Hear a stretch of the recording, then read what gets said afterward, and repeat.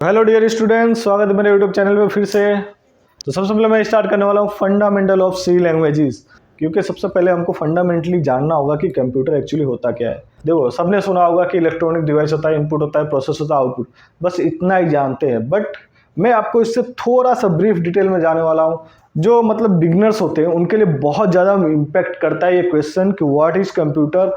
और मैंने ऐसे 6 क्वेश्चन पिकअप किए जो कि बिगनर या फिर जो अभी सीख चुके हैं उनके लिए भी ये बहुत ज़्यादा ज़रूरी है। और ये सी लैंग्वेज की बात नहीं है, बाकी इस क्वेश्चन को आई थिंक हम सब में अप्लाई कर सकते हैं। जितने भी लैंग्वेजेस है उसमें भी आप कवर कर सकते हैं। तो उस 6 क्वेश्चन में आज मैं फर्स्ट क्वेश्चन डिस्कस करने वाला हूँ, जो कि है व्हाट इज कंप्यूटर। और आप सबने ज़्यादा से ज़्यादा सुना होगा computer is electronic device which takes input, process it and give output according to the input. बस इतना ही सुना होगा। बट मैं इस लेक्चर में आपको पूरा ब्रीफ में अच्छे से समझाऊंगा कि जो बिगिनर लेवल पे भी हैं वो अच्छे से समझ सकें। और आपको एक और बात बता देना चाहता हूँ, आई थिंक मेरे हिसाब से जब मैंने पढ़ा था तो मैं भी बिगिनर था, मुझे भी नहीं पता था कंप्यूटर क्या होता है। तो बड़ा कंफ्यूजिंग लगता है वर्ड, मतलब समझ में नहीं आता कि कंप्यूटर होता क्या है यार, ये क्या 0101 लगाए रखते हैं। तो मैंने ये सारे टॉपिक को कवर करने के लिए 6 क्वेश्चन लिए हैं और उसमें से फर्स्ट क्वेश्चन आज डिस्कस करूंगा। क्योंकि मैं भी जब बिगिनर था मैं भी यूट्यूब पे देखता था, कुछ नहीं मिलता है, कचड़ा बड़ा है, चारों तरफ स्कैटर्ड है। तो चलिए डिस्कस करते हैं व्हाट इज कंप्यूटर। मैं डेफिनेशन तो आपको सबको पता होगा, नहीं पता है तो मैं लिख भी दूंगा, ठीक है, कोई वरी नहीं।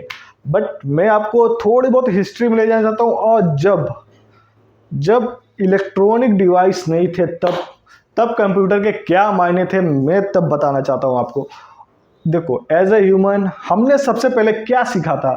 सबसे बड़ा क्वेश्चन तो यही होना चाहिए। जब हम लोग एज ए ह्यूमन थे तो सबसे पहले जो सबसे स्टार्टिंग में थे तो सबसे पहले काउंटिंग करना सीखे थे। काउंटिंग करने के बाद उस पर धीरे धीरे ऑपरेशन परफॉर्म करने लगे। आप ये मत सोचिए कि एलसीएम निकालने लगे, एचसीएफ निकाले, ऐसा कुछ नहीं था। ओनली ऑन, जैसे कि 2 + 3 = 5, मतलब आप ऐसा समझ सकते हैं कि पहले क्या हुआ, 1 2 3 4 5, ये सब क्या हुआ, काउंटिंग करना सीखे, ठीक है। उस समय इलेक्ट्रॉनिक डिवाइस नहीं थे, मैं उस समय की बात कर रहा हूँ। तो उस समय क्या थे, मैकेनिकल डिवाइस बहुत ज़्यादा थे। तो उस समय एक साइंटिस्ट है जिनका नाम था पास्कल्स, और पास्कल्स ने एक कैलकुलेटर बनाया।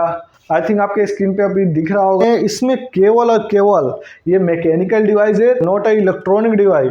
तो इसमें केवल काउंटिंग होता था, जिसे काउंटिंग को मतलब ऐड करते थे, सब्ट्रैक्ट करते थे, बस इतना ही होता था और कुछ नहीं। जैसे जैसे ह्यूमन सिविलाइजेशन बढ़ते गए, जनरेशन आते गए, टेक्नोलॉजी बढ़ती गई, तब इलेक्ट्रॉनिक डिवाइस के खोज हुई।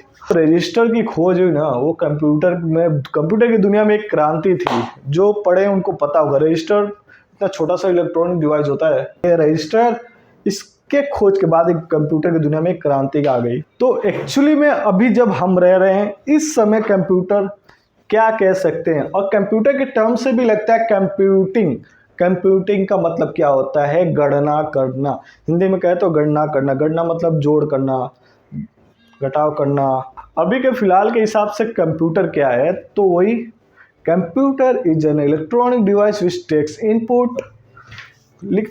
इसको मैं लिख भी देता हूँ, क्या है, एक इलेक्ट्रॉनिक डिवाइस, ठीक है।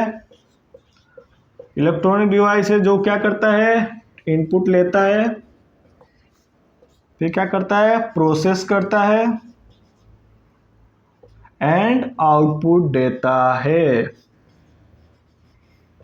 एक चीज ध्यान रखिए, जो ये इनपुट, प्रोसेस और आउटपुट, ये इन दोनों का कॉम्बिनेशन बहुत जबरदस्त होता है। मतलब अब मैंने पिछले वाले लेक्चर में भी समझाया था कि इनपुट कैसे देते हैं, आउटपुट कैसे देते हैं। चलिए कोई नहीं, एक बार और बता देता हूं। जैसे कि मैंने लिखा 7 + 4, ये मेरा क्या हो गया, इनपुट हो गया। 7 + 4 प्रोसेस करेगा, आउटपुट क्या देगा, 12।